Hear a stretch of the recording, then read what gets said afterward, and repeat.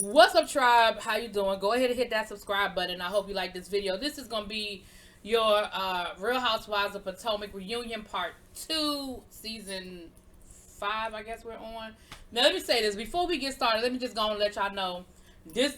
They sold us a bill of goods because this episode really wasn't all that interesting. Okay, at least not compared to last week. But let's go on and jump into it. So we begin the reunion of where we left off last week. They still kind of coming for Giselle over the relationship, and she talking about something she's been that the show has put a microscope on their relationship, a magnifying glass, I guess. I don't mean microscope on their relationship, and that she's been transparent, but she didn't answer the question about whether the relationship was real and about whether she had already, knew about these rumors about Jamal down to the church.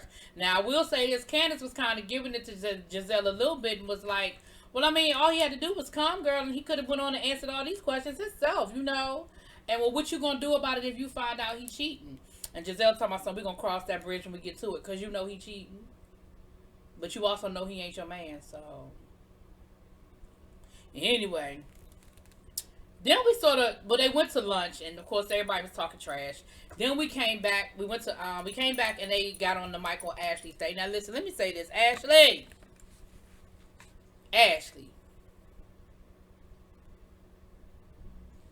I don't know if you dumb or calculating. Like, I don't know if you are calculating your exit plan or if you really are this dumb and naive. But I can't believe that you are. Because I don't believe that you are. Because, listen, she said that the situation with her and Michael, that the reason why she doesn't, she's, I guess, so forgiving is because she had her fun too and she's had her indiscretions. But here was the key word. The key word to y'all's indiscretions, you said while we were separated. Here's the reality of the situation. When y'all separated, y'all separated. Technically, you still married, but there's a big difference between you cheating or sleeping with around or having your little relationships with people when you are legally, like, you moved out. Y'all weren't even living under the same roof. There's a big difference between that and what happened with Michael. And you still acting like you believe that ain't nothing go down in that damn hotel room. Now you want to try to say that they set him up to extort him. Let me be clear, Ashley, you are giving Michael way too much importance. Like, it ain't that serious. He is a reality wife's husband on a damn reality show. It ain't that deep. Now, that doesn't mean that them women didn't know who he was. That doesn't even mean that they didn't try to ask him for a little something on the back end. What that means is your husband still willingly went to a hotel room with another woman that he won't marry to and spent the night. Now, I don't know why you don't believe that ain't nothing go down, but girl. And let's pretend for a minute we believe that story. Let's pretend for a minute we believe that story. So let's say he got so drunk he didn't know what he was doing. He went back to the hotel room. He didn't have sex with the woman. He slept with her. He woke up the next morning and realized, oh shit, what did I just do? He was way too calm standing at that dresser in his boxer shorts. I would have got out that room so fast, I would have been probably putting my clothes on, walking down the hallway. I'd have thrown some pants on, threw a shirt on, and I'd have been halfway down that hallway. She'd have never been able to get no picture of me standing there chilling. Now, if it was a picture of him asleep, if it was a picture of him running, but he was standing there in front of the dresser in his boxer shorts like he didn't have a care in the world. Girl, stop playing. I don't believe you that you believe that story. I think that you just going along to get along and you having this second baby. Now, she said that the prenup is nullified. They don't have no prenup no more. So, girl, you good to go. Just go and pack up you and D and get the hell up out of there. Then you talking about something you wanted a post-nup to put some penalties in place for infidelity. But you said you didn't believe.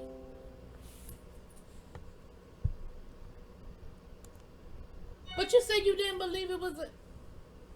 Alright, girl. Then we get to the grabbing the butt incident. Ashley, once again, and I said this in one of my lives and I'm going to say it again.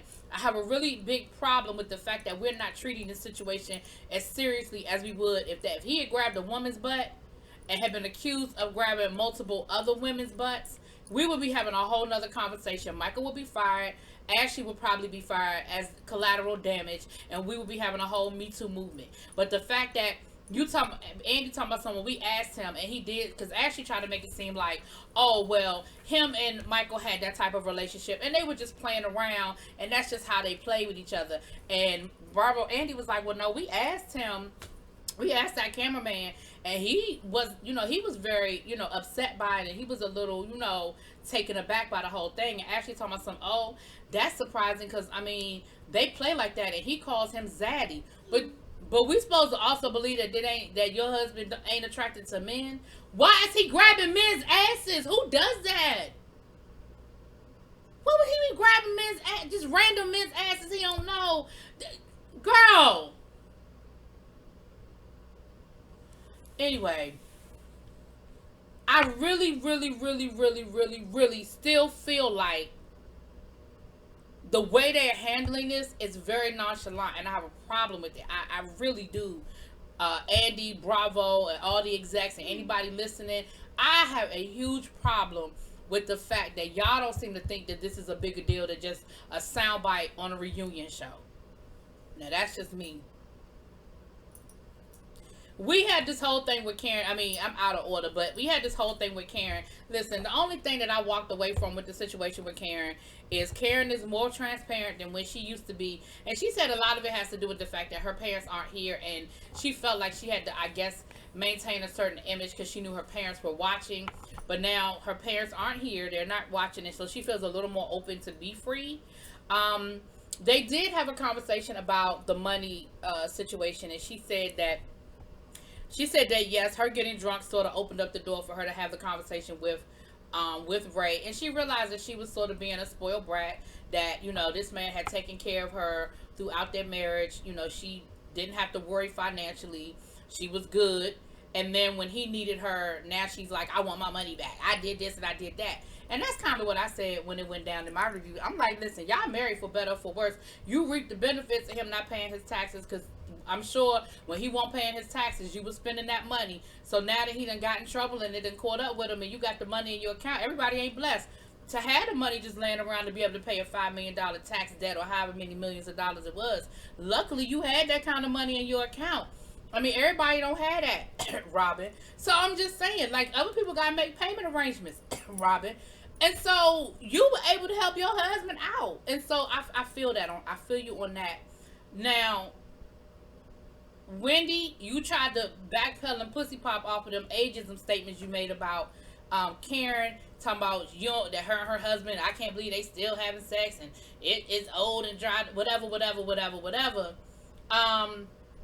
Y'all gonna stop with this ageism shit. First of all, I don't really need y'all to stop acting like Karen is 80 years old. Karen is 59. Giselle is 50. Y'all are still in the same decade. Stop acting like Karen is this old, decrepit woman. Like, I really need y'all to stop doing that.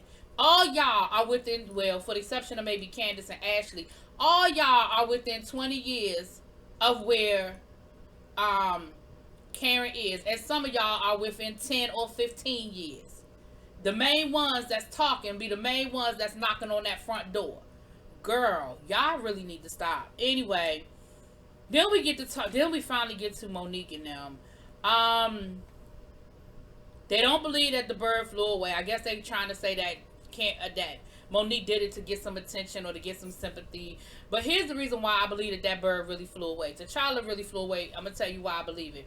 Because when Monique was going through it, if you was following her Instagram and stuff, Monique actually posted she made flyers, and she posted those flyers everywhere. And the flyers actually had her real address and her real phone number. Now, the address you're not going to get to because she in a gated community. But it was her real cell phone number. Now, she probably got it changed 2 days later. But at the time, in that moment, she posted her real information. So, I believe the damn bird really did fly away. I mean, he came back. Because, of course, Andy being messy, talking about well, he read from some article that says that that's unlikely, that most of the time they don't do that. Well, hers did. But he came. It'd be different if he never came back. The damn bird came back. Okay? That's like dogs who never run away. Every once in a while, they do get curious. Now they going to come back. But even the best trained dog will run away sometime. Anyway, moving on. Um, they asked about Chris doing the fake fellatio at the lake house, and was Monique embarrassed by it? Monique was like, nah, because my husband is a clown like that. And here's the thing: do I think it was do I really think it was appropriate? And is that something I would have been happy about my husband doing? No. But once again, they take shit and they run and they take it to a whole nother level. Then Candace calling Monique, talking about something. He called you his concubine. Girl, let me tell you. I'm gonna get there in a minute. First of all, there go those words. Married people have sex, Candace. Married people, hell, not married people, perform oral sex on each other. How does him showing or pretending like Monique is giving him oral equal? Oh, he said you were his concubine. What? Then Wendy talking about, I just think it's disgusting. It's just disgusting. Wendy, what is wrong with you in sex? First, you got comments about Karen having sex with her damn husband. Now you worried about Monique and how her and her husband have sex and what they do and what they don't do. Again, do I think it was the nicest thing for Chris to do? I think it was a little déclassé. But at the end of the day, y'all turning this thing into a whole scandal, and it just ain't that damn deep. Anyway. Okay, now let's get to this shit. They got to talking about the rumors, and Monique explained. At this point, it's anticlimactic because I feel like we've been talking about this whole shit for like the last 6 months, but whatever. Gigi was spreading the rumors, and Gigi was sending screenshots to multiple Real Housewives because they wanted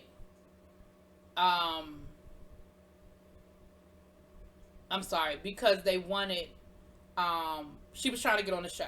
So she was sending information about Monique, whether it's true or not, that ain't my place. I ain't here to talk about that. But sending information about Monique out to other people in the hopes of, I guess, it would get on the show. She said where Charisse came into play is that Charisse was actually spreading that information to the other ladies on the show. Now, I will agree with one thing that Robin said. Monique, you giving Charisse way too much. Like, at the end of the day, okay, Charisse was doing it, Charisse did this, but you really are giving Charisse way too much. And I said that at the same time. I said that in the beginning. Like, I understand where you was coming from with the fact that you and Candace used to talk every day, and Candace knew the whole situation between you and Charisse. Now, that's fine. But you, at this point, you just giving her way too much. Now, they say that this happened at the baby shower, and now here's what's funny. Now all of a sudden they're acting like it wasn't a whole plot. But you did admit that y'all had this conversation at dinner. Because you said, well, Gigi, we've known about Gigi telling Monique's business for years. And yes, we talked about it at dinner. And we gossiped and we talked about it. But it was definitely not no plot. It wasn't no plot. Okay, well, that ain't what Candace said. Now, notice Candace was very quiet during that process. But Candace said on her live that she told Giselle that it wouldn't work because Chase looks just like his daddy. So I don't know how she's supposed to interpret that. Let me go back for a second. Well, no, ain't no need. I haven't talked about that shit. Now, Bravo AD, I'm coming to you.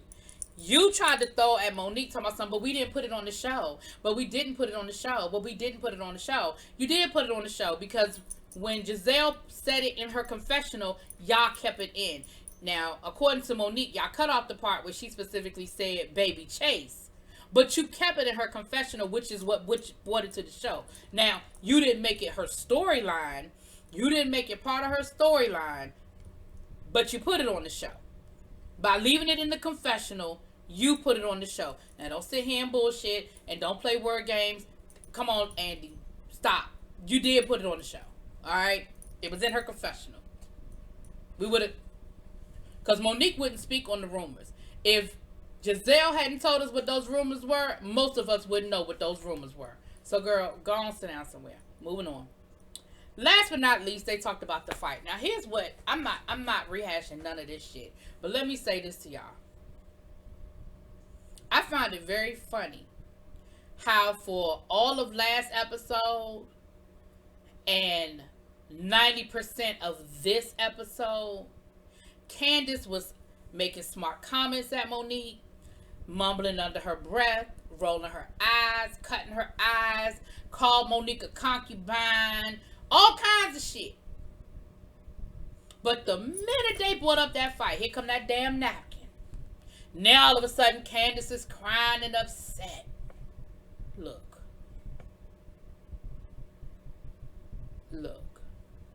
You picked at Monique all of the first episode and 90% of the second episode. The minute they brought up the fight, though, it was almost like you just flipped it on, and then there go the waterworks. At the end of the day, I am not defending Monique. Monique was wrong for putting her hands on Candace, period. I'm not going to sit here and argue about who threw a wine glass, who touched who, all that. Monique was wrong, period. But what I have maintained from the beginning, and I will continue to maintain, I don't have any sympathy for Candace. Period. Now that's all I got. Next week, the husbands are there. Look like the only two men that are there are the two Chris's. I didn't see Ray, so I don't know whether Ray was there or not, but we know Juan not there, and we know that Pastor Holy Whore not there. Yeah. So we'll see. But this episode, I mean, even though I still had 16, 17 minutes worth, this episode really wasn't all that they said it was going to be. But I guess they didn't know how the episode had been edited, and they didn't know what was going to be on what. So I feel like we're going to get a whole lot next week with Chris and stuff like that. Anyway, talk to y'all later. Peace.